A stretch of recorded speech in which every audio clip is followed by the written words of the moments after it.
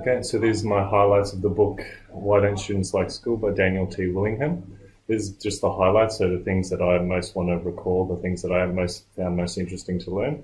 If you want to just see a rather short and quick review, that's a different video, which will hopefully be nearby where you are on YouTube. So in terms of the highlights, the things I really liked were the bibliography that he had for each chapter and the way he'd broken them down as less technical and more technical. The example here you can see I'm interested in both those less technical and more technical. If you've seen the review, you'd know this book was just okay for me. Often I found I'd already read the articles themselves that he's referencing in the end of the chapters, or in many cases I would have preferred to have been reading those. That probably says more about my reading style and what I'm interested in anyway. But providing the bibliography at the end of each chapter is something I think other educational books could really benefit from doing. So one of the key takeaways for me from the novel was that from the book is that transfer is hard. So even if you've learnt the underlying concepts of something, transferring that to something in a different field or a different area of interest, even if it has the same core principles, is very difficult to do.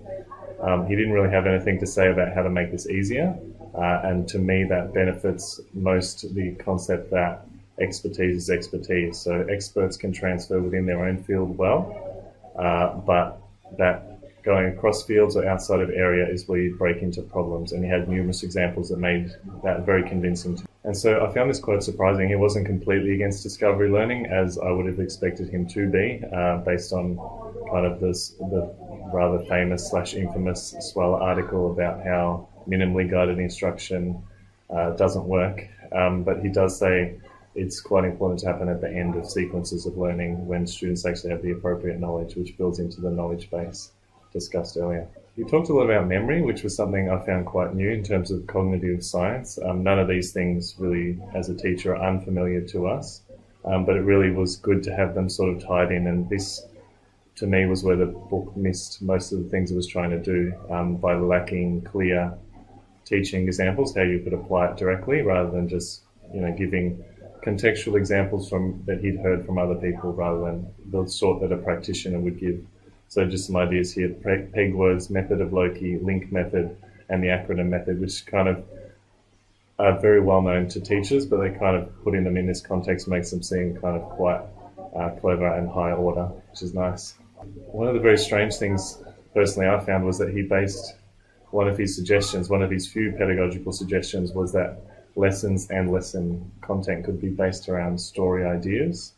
And if you look at this example, it's a really interesting approach, and the previous page is an example of a lesson plan or a lesson sequence that isn't structured in a story-based mode. But I found it strange that his actual book wasn't presented as a story. The kind of conceit of having the questions rather than giving us any real tooth-bitey, interesting examples to support his points, other than just relatively bland school-based examples, was a missed opportunity, I felt. The first chapter I felt was the strongest, and it sort of tailed off from there onwards. These two things are an example of the transfer effect. So this is quite, if you take a second, this figure is quite easy to work out, I felt, to solve. And then this figure is the same content, but more wordy and more complicated, and I guess in a different field of understanding.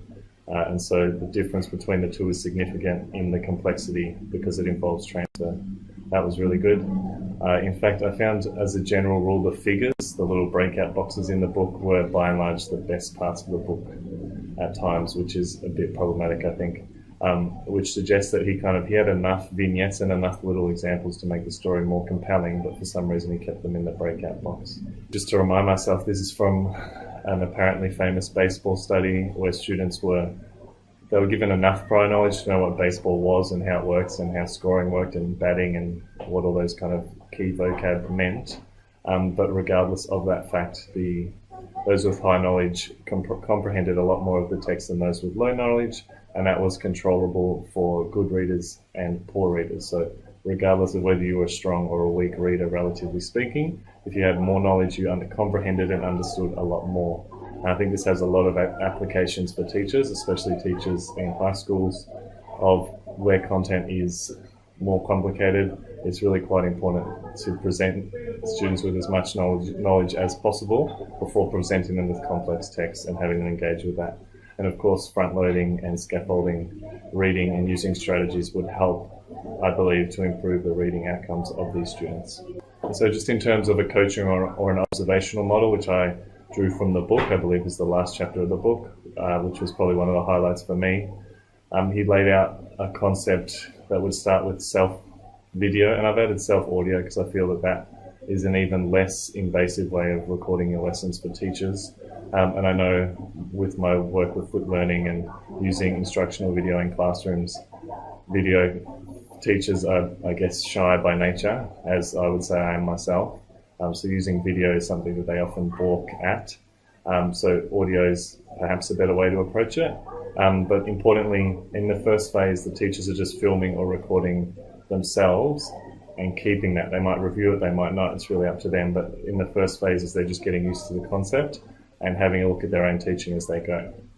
And then at the second step, the coach and the teacher, in this case me, would review other teachers' videos using these two links, which I'll have to remind myself to look at and find a little bank of examples of things we're looking for. And then the next step is to review one another's videos. And this is something that Dylan Williams also talks about. Looking, I guess a lot of it has to do with kind of the sports telestrate idea where you get you watch the sport and you draw on it and you circle things, and that's probably not as relevant to a teaching context, but the sort of modalities are similar.